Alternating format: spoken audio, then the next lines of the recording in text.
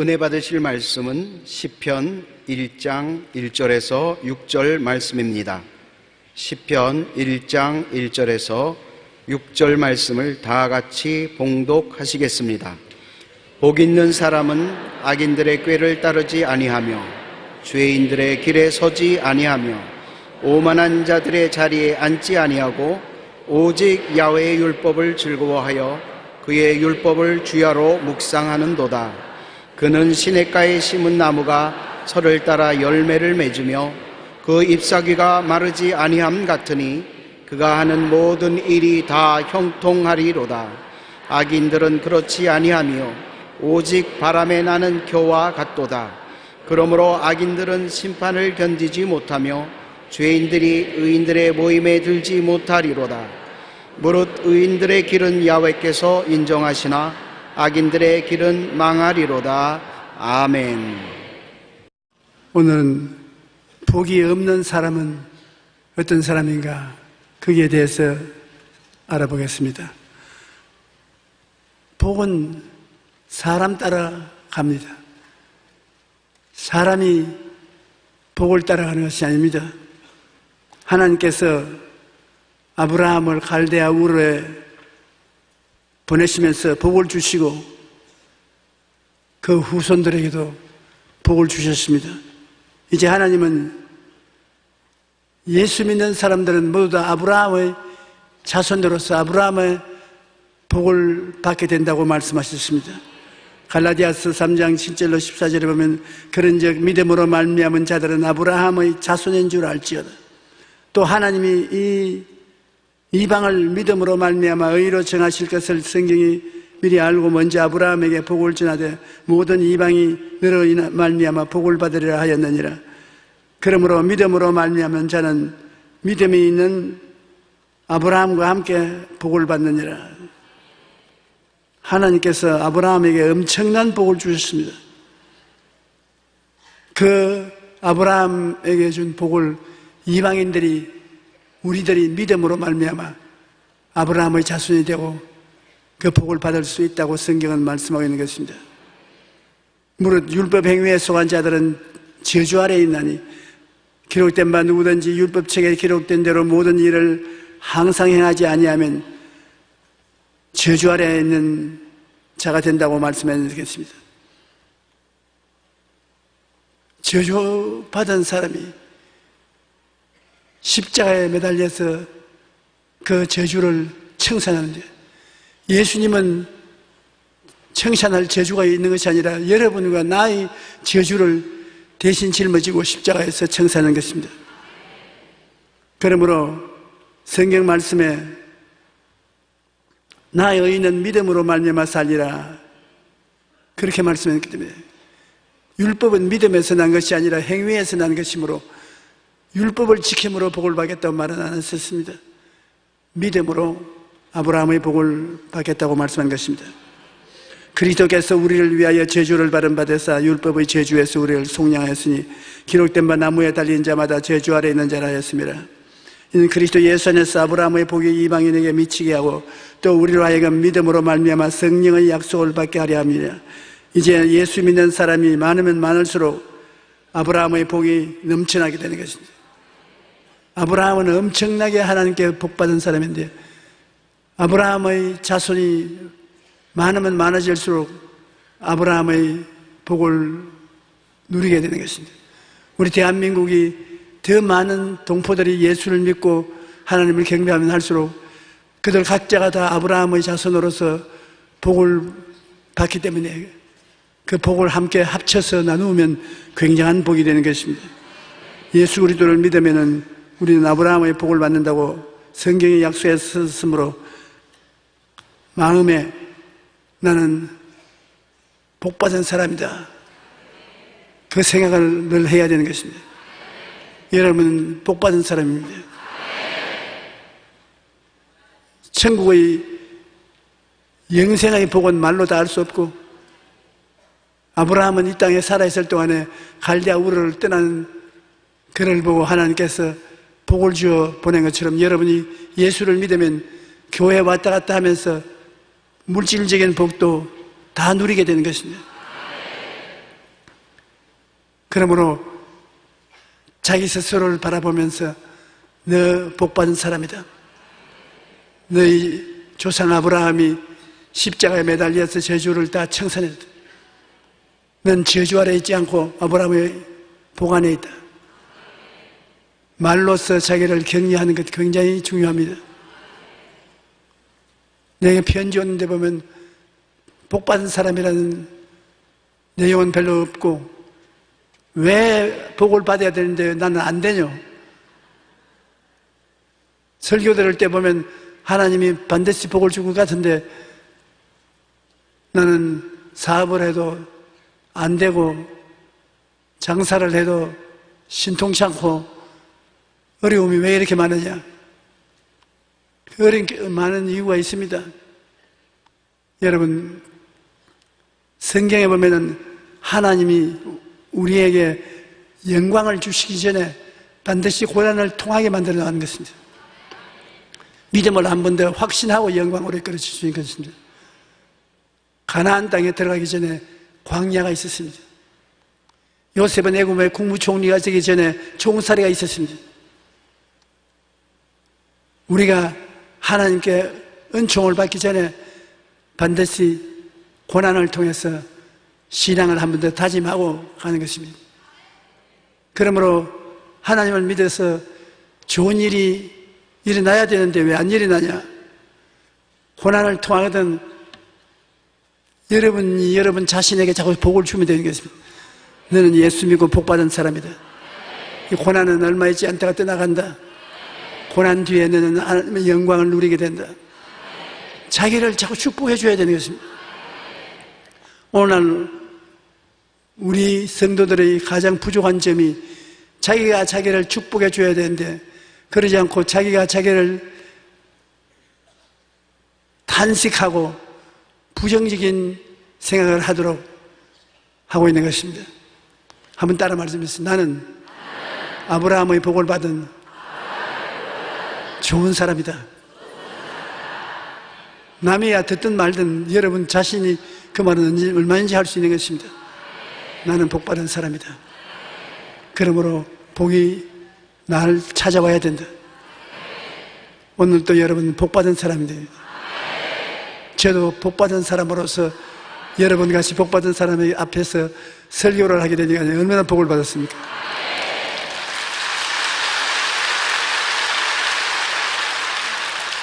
복받은 사람은 악인의 꾀를 따르면 복이 없으시는 것입니다. 악인은 마귀의 종자들을 말하는 것인데 마귀는 악의 본체입니다. 마귀를 따라 하나님을 미워하고 저항하고 인본주의를 주장하고 바벨탑을 타는 노아의 후손처럼 악인은 복이 없습니다. 악은 죄보다도 더 무서운 것입니다. 죄는 하나님의 율법을 어기면 죄인이 되지만 악인은 그 성격 자체가 부패하고 패렴한 것입니다. 예를 들어 말하면 스탈린이나 공산주의 국가에서 공산주의를 이끌어가는 사람들은 굉장히 그 배우를 보면 사람을 많이 죽였습니다. 사람을 그렇게 많이 죽이고 자기 영화를 도모하는 그건 악인이 그렇게 하는 것입니다. 죄 있는 그 근처도 못 갑니다. 악인이 그렇게 하는 것입니다. 악인은 하나님을 인정하지 않습니다. 악인은 인본주의적으로 자기 혼자 사는 것인데 아담과 하와가 타락한 이후로 모두 다 악의 전통을 받아가지고서 엄청나게 고약한 짓을 하는 것입니다. 우리도 가까이에 있는 사람 중에 자기가 싫어하는 사람을 심판할 때 그냥 하지 않고 대포를 쏘아가지고서 벌을 내렸다는 그것을 신문 가슴을 읽어봤습니다. 사람을 죽였는데 여러분 대포를 쏘아서 죽일 필요가 어디 있습니까? 악이 그게 슬슬 끓는 것입니다. 하나님을 무시하거나 하나님과 어깨를 나란히 같이 이 코올이 되겠다는 사람들이 있습니다. 창세기 11장 4절에 또 말하되 성읍과 탑을 건설하여 그 탑 꼭대기를 하늘에 닿게 하여 우리 이름을 내고 온 지면에서 짐을 면하자. 노아의 후손들이 모여서 농사를 지었는데 시나을 땅에 농사가 잘 됐어요. 여러분, 농사가 왜 잘 됐느냐면 홍수가 나서 땅에 그름을 많이 생산해 놓았습니다. 농사 짓는 사람들은 홍수가 나고 난 다음에 농사가 잘 돼요. 그래서 굉장히 부자가 되었습니다. 그러니까 그들이 우리가 하나님 이제 섬길 필요가 어디있냐? 우리의 탑을 쌓아서 하늘에 닿게 하고 홍수가 와도 우리에게 건드리지 못하게 그런 높은 탑 아파트를 만들자. 그래서 그때 이 탑이라는 것이 사람이 올라가서 사는 곳이니까 아파트 같은 것입니다. 하나님, 우리하고 무슨 상관이 있냐? 우리도 하나님처럼 데리고 다니냐? 노아의 후손들이 하나님처럼 되겠다고 하는 것은 악인 것입니다. 그냥 죄가 아닌 것입니다. 도둑이 오는 것은 도적질하고 죽이고 멸망시키는 것뿐이고, 악한 자는 도적질하고 죽이고 멸망시키는 마귀를 쫓아서 참으로 악을 행하는 것입니다. 하나님께서 악인에게는 복을 절대로 주지 않습니다. 그 다음에 복 받으려면 죄인의 길에 서지 말아야 하는 것입니다. 하나님의 법을 어기는 것이 죄입니다. 법이 없으면 죄가 없습니다. 지금 우리 교회와 정부 간에 밀고 땡기고 하는 일이 있습니다. 정부에서는 교회에서 세금을 내라. 그 교회에서는 내내 세금 내라고 말 안 하다가 이제 갑자기 왜 세금 내라 그러는? 예수 그리스도를 잘 믿는 서방의 교회 어느 교회가 세금을 낸 적이 있느냐? 우리는 법에 없는 세금 못 내겠다.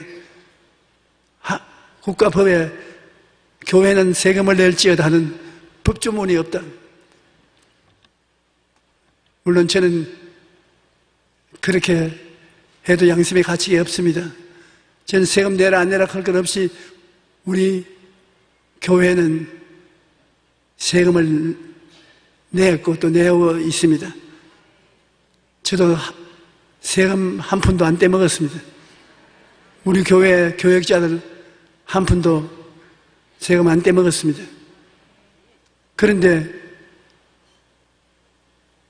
교회는 세금 내라는 법이 없기 때문에 세금 못 내겠다 그러고, 정부에서는 대한민국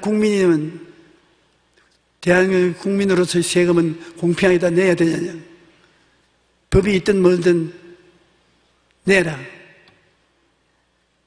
제가 제3자로서 결정을 하기는 법을 만들어 놓고 내라 해야지, 법이 없으면 죄가 없습니다. 법이 있어야 법을 어기는 것인데 없는 법을 어떻게 어깁니까? 그러므로 빨리 법을 만들으라고 저는 그렇게 고민합니다. 법을 만들면 법에 따라서 순종 안 하면 죄가 되기 때문에 교회도 세금을 내야 되는 것입니다. 하나님의 법을 어기는 것이 죄라고 말하는 것처럼 우리가 하나님 앞에 죄 짓는 것도 법을 어겨야 죄를 지는 것입니다. 그런데 여러분은 오늘 세상을 떠나더라도 죄가 없습니다. 여러분, 죄가 없어요. 왜 죄가 없습니까? 여러분을 죄인으로 붙잡는 법이 없습니다. 여러분, 법이 없어요. 왜 법이 없느냐? 예수님이 십자가에 올라가서 여러분 죄를 영원히 청산해 버렸습니다.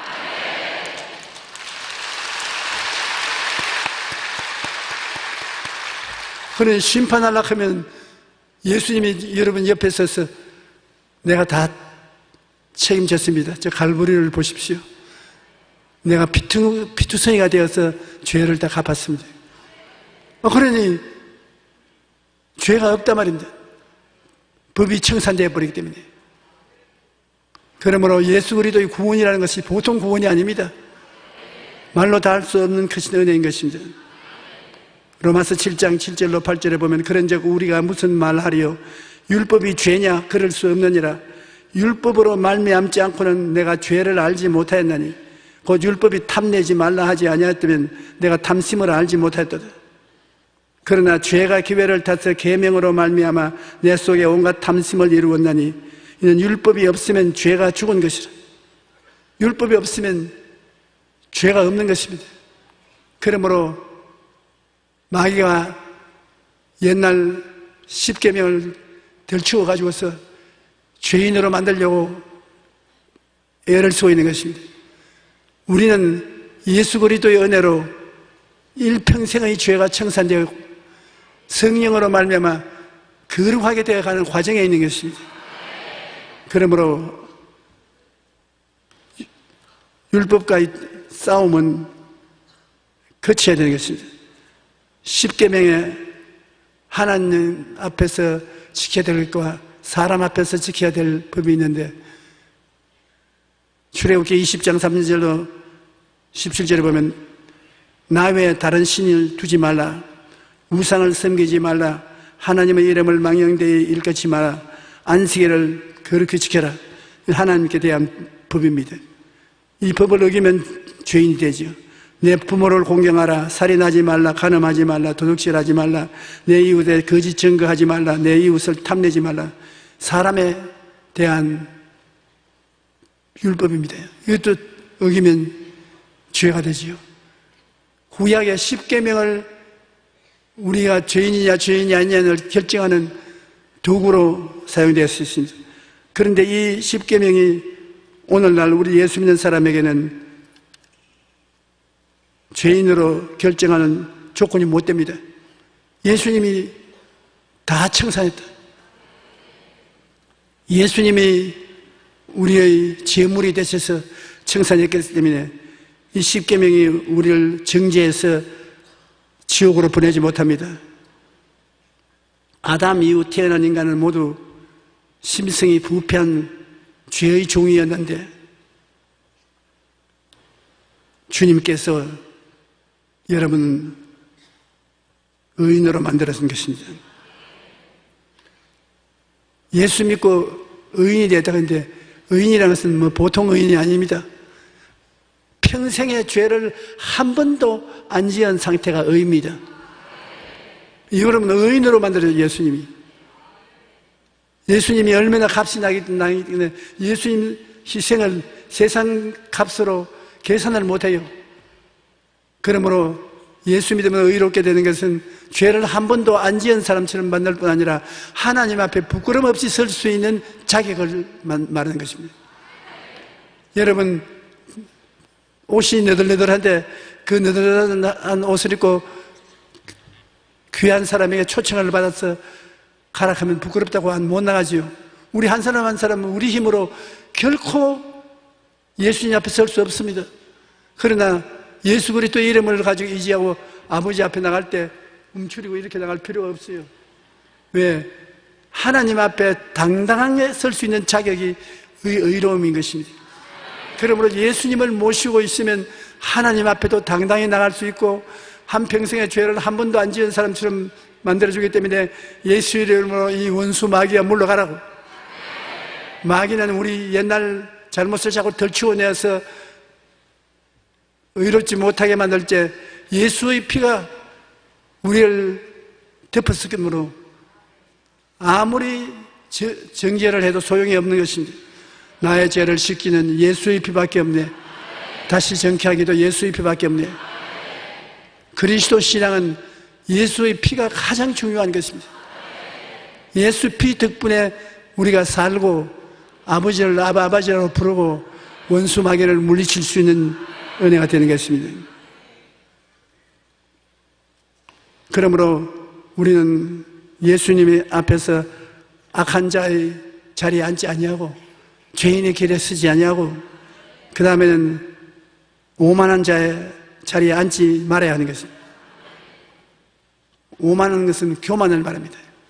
그 교만은 어떠한 교만이냐면 하나님과 동등되려고 하는 교만인 것입니다. 아담과 하와가 왜 타락했습니까? 마귀가 꾀는 바람에 오만해져서 타락한 것입니다. 마귀가 어떻게 꾀했냐면 선악과를 따먹는 날에는 너도 하나님처럼 된다. 여러분, 선악과는 의미가 뭡니까? 선하다 악하다 하는 것은 언제나 어른이 결정을 하지 애들이 결정 안 합니다. 집에서도 여러분, 선하냐 악하냐는 집안의 아버지 어머니가 결정할 일이지 애들이 결정할 일이 아닌 것입니다. 그러므로 이 우주의 주권은 하나님으로서 하나님이 좋다 나쁘다 결정할 주권을 가지고 있지 우리가 마음대로 선악을 분별하지 못합니다. 절대 주권자인 하나님이 정해놓은 것을 나는 그렇게 생각 안 합니다 하고 다른 소리 하면 하나님과 경쟁이 되는 것입니다. 아담과 하와가 나와서 하나님 앞에서 아버지 안 그렇습니다. 이건 이렇고 이건 저렇습니다. 아버지를 어떻게 알고 아버지와 동등되게 하는 것입니까? 하나님이 제일 미워하는 것은 주권에 대한 침노를 엄청나게 미워하시는 것입니다. 하나님이 이렇다 하면 그런 줄 알아야 됩니다. 그렇지 않다고 하나님 주권에 도전하는 것, 그것이 원죄인 것입니다. 그 원죄에 하나님 아들 예수님이 십자가에 못 박아 죽었는데 예수님이 아버지 뭐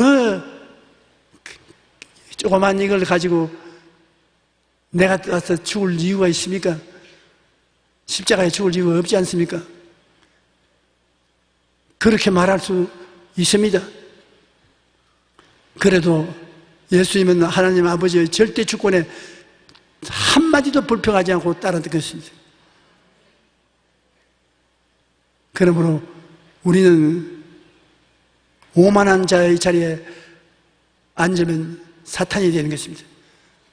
원래 천국에는 하나님을 섬기는 최고 천사장이 있습니다. 미카엘, 가브리엘 천사장의 이름인 것입니다. 그 다음엔 사탄은 여러분 하늘의 높은 천사장 중에 제일 높은 천사장이었습니다. 그게 하나님과 동등되려고 하다가 심판을 받고 쫓겨나서 사탄이 되는 것입니다. 이사야 14장 13절로 14절을 보면 사탄이 왜 사탄이 되는지, 제일 윗자리에 있던 천사장이 왜 타락했는지 그것을 기록하고 있는 것입니다. 이사야 14장 13절로 14절에 내가 내 마음에 이르기를 내가 하늘에 올라 하나님의 뭇별 위에 내 자리를 높이리라. 내가 북극 지표의 산 위에 앉으리라. 가장 높은 구름에 올라가 지극히 높은 이와 같이 되리라. 완전히 천사장은 천사장이지 하나님과 동등되겠다고 하는 것입니다. 이사야 40장 25절에 거룩하신 이가 이르시되 그런즉 너희가 나를 누구에게 비교하여 나를 그와 동등하게 하느냐. 그래서 제일 높은 천사장이라도 하나님이 내가 쫓아버렸습니다. 그 자기 부하 천사들과 더불어서 반역해서 공중의 권세를 잡고 오늘날 우리를 꿰고 타락시키는 것입니다. 자기가 하나님과 동등되게 하려다가 타락했는데 아담과 하와에게 하나님과 동등될 수 있는데 하나님께 순종하고 살겠냐? 선악과를 따먹어라. 그러면 눈이 빨개져서 선악을 하는 지혜를 얻어 너 하나님과 동등하게 된다. 그래서 그 말에 고소해서 하나님을 반증하고 선악과를 따먹고 타락하고 마는 것입니다. 또 교만하는 것은 자기를 과대평가하는 마음인 것입니다. 시편 31편 23절에 너희 모든 성도들아 야훼를 사랑하라. 야훼께서 진실한 자를 보호하시고 교만하게 행하는 자에게 엄중히 갚으시리로다. 시편 40편 4절에 야훼를 의지하고 교만한 자와 거짓에 치우치는 자를 돌아보지 아니하는 자는 복이 있도다. 자기를 과대평가하면 교만이 되지 않습니까? 그런데 교만하게 어깨에 힘을 주면 하나님도 미워하시고 사람들도 미워하는 것입니다. 사람들은 겸손이 제일 좋은 지혜인 것입니다. 하나님이 높여주면 높아지고 하나님이 낮추시면 낮아지고 우리가 공경할 것은 성부와 성자와 성령을 공경하고 지금은 아버지 시대 아니고 예수님 시대가 아니고 성령님의 시대인 것이므로 아버지도 성령을 통해서 예수님도 성령을 통해서 우리에게 가르치시고 인도하심으로 하나님 성령을 인격적으로 인정하고 환영하고 모시드리고 우리가 의지하는 것입니다. 그리고 순종하는 것입니다. 오늘 우리가 교만해서 나는 성령 없어도 할 수 있다. 그렇게 되면 교만이요. 교만은 패망의 선구자인 것입니다. 겸손한 자를 하나님이 기뻐하시는 것입니다. 교만은 가장 근본적이고 위험한 죄입니다. 왜냐하면 교만은 인간이 최초로 지은 죄요 하나님과 동등하게 되려는 의도에서 나온 것이기 때문인 것입니다. 뱀이 하와에게 너희가 그것을 먹는 날에는 너희 눈이 밝아져서 하나님과 같이 되어 선악을 알게 될 것이라고 유혹하자 하나님과 동등하게 되려는 교만이 발동하여 죄를 범했던 것입니다. 토마스 아퀴나스는 교만은 사람에게 가장 먼저 찾아와 가장 늦게 떠나는 끈질긴 죄라고 말했습니다. C.S. 루이스도 근본적인 죄악은 바로 교만이라고 말한 것입니다. 우리가 비교하지 말아야 돼요. 교만이라는 것은 다른 사람과 비교할 때 생겨나는 것입니다. 나는 너보다 낫다. 이렇게 힘주고 고개를 흔드는 것은. C.S. 루이스는 교만은 무엇을 가지고 있다는 데서 쾌감을 얻는 것이 아니라 다른 사람보다 더 가지고 있다는 데 대해서 쾌감을 느끼는 것이라고. 난 너보다 낫다. 거기에서 교만이 생기는 것입니다. 정확한 지적이 아닐 수 없습니다. 자기를 과대평가하거나 이웃을 무시하는 것은 모두 비유에서 시작되는 것입니다. 가인과 아벨이 왜 사이가 나빠져서 가인이 동생 아벨을 쳐 죽였습니까? 자기하고 아벨을 하고 비교해보니 하나님이 아벨을 더 인정해 주었습니다. 아벨은 짐승을 잡아서 제사를 드리고 자기는 곡식으로 제사를 드리는데 하나님께서 아벨의 제물은 받아들이고 가인의 제물은 안 받아들였습니다. 그래서 아벨하고 자기하고 하나님은 편파적으로 되지만도 아벨이 자기보다 낫게 대접을 받는다고 생각하니까 화가 나가지고서 동생을 쳐 죽였던 것입니다. 우리가 비교할 때 불행이 생기는 것입니다. 비교하지 말아야 돼. 너는 너고 나는 나다. 너의 특성대로 하고 나의 특성대로 하면 된다. 이번 우리 세계대회 때 내가 통역하던 김 변호사는 머리를 여자처럼 철렁철렁 해요. 그래서 사람들이 보는 사람마다 말을 하거든. 머리 깎아라. 나는 안 그랬습니다. 왜냐, 오늘은 자기가 원하는 대로 남에게 해만 안 주면 특성을 살리고 사는데 이 김 변호사 머리 보고 욕하지 말고 북한의 김정은이 머리를 보고 욕하라. 그 머리는 정말 역사적으로 있어 본 적이 없는 머리네. 그렇다고 나중에 고맙다고 인사하더라고요. 나 솔직히 개인적으로 말하지, 미국 가거든 그거 잘라라. 눈 뜨고는 못 보겠다. 나 오늘은 특성의 시대이기 때문에 자기가 좋아하는 대로 하는데 그거 가지고서 비교해서 정지하거나 자랑할 수가 없는 것입니다. 성경에는 하나님께서 우리에게 경고한 경고가 있는데 절대로 남은 정죄하고 자기는 잘났다고 하지 말아야겠습니다. 두 사람이 하나님 성전에 예배하러 올라가는데 한 사람은 바리새 교인이고 한 사람은 세리입니다. 바리새 교인은 율법을 철저히 지키는 그 세리는 옛날에는 굉장히 나쁜 사람이 세리였습니다. 돈을 도둑질 해먹고 남의 사업을 무너뜨리고 하는 짓을 했습니다. 그런데 이 바리새 교인과 세리 두 사람이 성전에 기도하러 갔는데 바리새 교인은 한쪽에 있어서 하나님 아버지여 내가 왔나이다 보시옵소서. 나는 일에 꼭 한 번씩 금식 기도하고 11조 꼭 드리고 저쪽에는 저 세리처럼 허랑방탕하고 방종하고 육체적인 생활에 침전되어서 사는 그런 나쁜 놈이 아닙니다. 나는 훌륭한 사람입니다. 그런데 이 세리는 하나님 앞에 고개를 못 들고 가슴을 치면서 하나님이여 나는 죽을 죄인입니다. 하나님 나는 어떻게 되겠습니까? 나를 살려주십시오.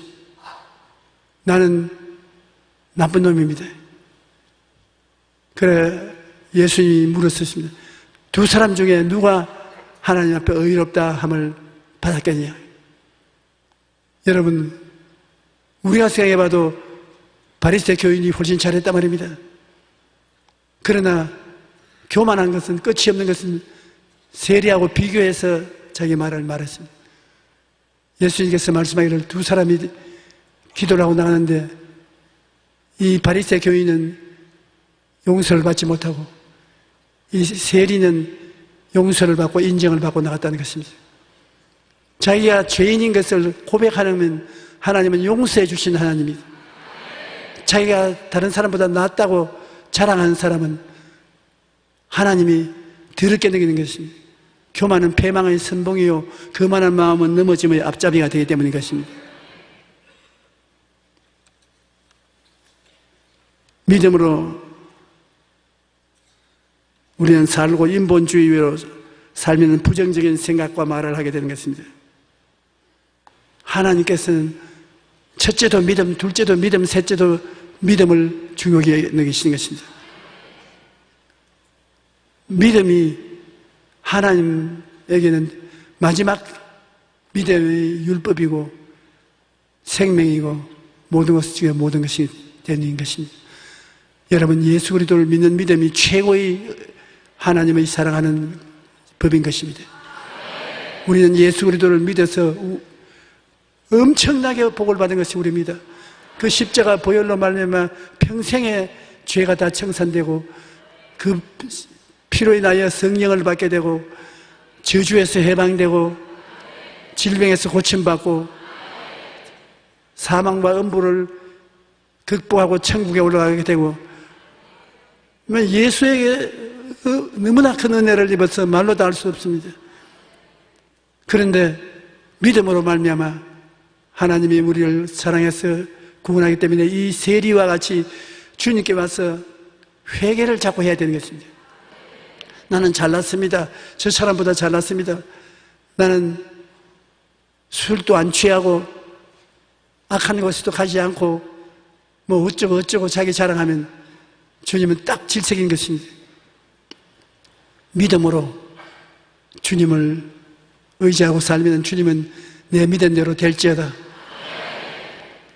믿음의 사람을 품에 품어주시는 것입니다. 왜냐하면 이 세상에 살면서 온전히 죄를 짓지 않은 의인은 없습니다. 왜냐하면 주님께서 이 질문을 했습니다. 하나님, 하루에 죄인에게 몇 번 용서해 줘야 됩니까? 7번만 용서해 주면 됩니까? 그러니까 주님께서 베드로의 얼굴을 가만히 보시고 난 다음에 7번씩 70번이라도 회개만 하면 용서해 줘라. 회개 안 하는 것이 제일 나쁘지. 회개만 하면 7번씩 70번 죄를 지어도 다 용서해 줘라. 77, 49, 490번 죄를 짓고 회개하면 용서해 줘라. 그렇다고 좋다고 나가서 490만 안 되면 좋다고 죄를 지고 다니면 안 되고요. 그만큼 하나님은 용서해 줄 마음이 계시고 여러분을 사랑하고 믿음으로 귀하게 여기시고 계신 것입니다. 우리는 악한 꾀를 가지고 있으면 복이 없고 죄를 지고 회개 안 하면 복이 없고 믿음으로 살지 않으면 복이 없습니다. 복이 있는 사람은 가는 곳마다 형통합니다. 복이 없는 사람은 항상 실패하고요. 복이 있는 사람은 복을 바라보고 꿈꾸며 믿음으로 복을 받아들이고 복을 선언하고 감사드려야 하는 것입니다. 여러분 항상 여러분 자신을 꿈꿀 때 복 받아서 머리 가지고 꼬리가 안 된 여러분을 바라보십시오. 복을 바라보고 복을 꿈꾸고 믿음으로 나는 저 복을 받은 사람이라고 입으로 시인하고 하나님께 감사하고 나가면 여러분에게 주기로 작정하고 있는 복을 왜 하나님이 안 주시겠습니까? 예수 그리스도 이름으로 하나님이 넘치는 아브라함의 자손으로서의 복을 주실 것입니다. 우리 찬송가 428장 다 같이 한번 부르십시다.